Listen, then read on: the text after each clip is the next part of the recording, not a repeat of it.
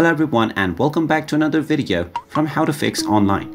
In this video, I'm going to show you how to fix WeChat server access failure error. So let's get started right away.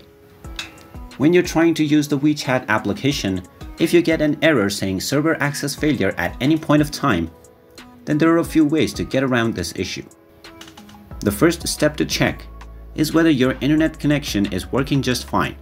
So just go ahead and open up any other application that uses the internet, and also make sure that you are connected to your Wi-Fi or cellular data network.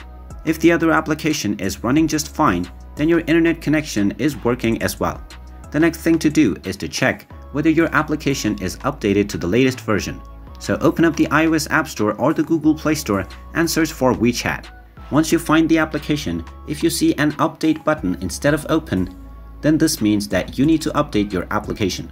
So tap on the update button and then wait until the updates are installed, and when you see the open button once again, you can tap on it and see if the issue is resolved.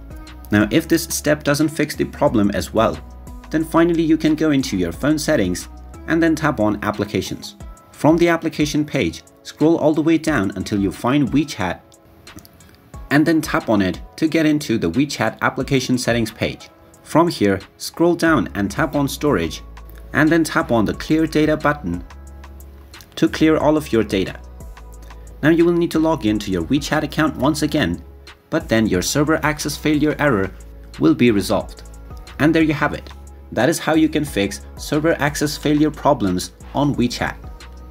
If you find this video helpful, make sure you hit that like button and subscribe to our channel if you haven't done so already. Also ring that notification bell to never miss another update from us. Thank you for watching, and I will see you again in the next video.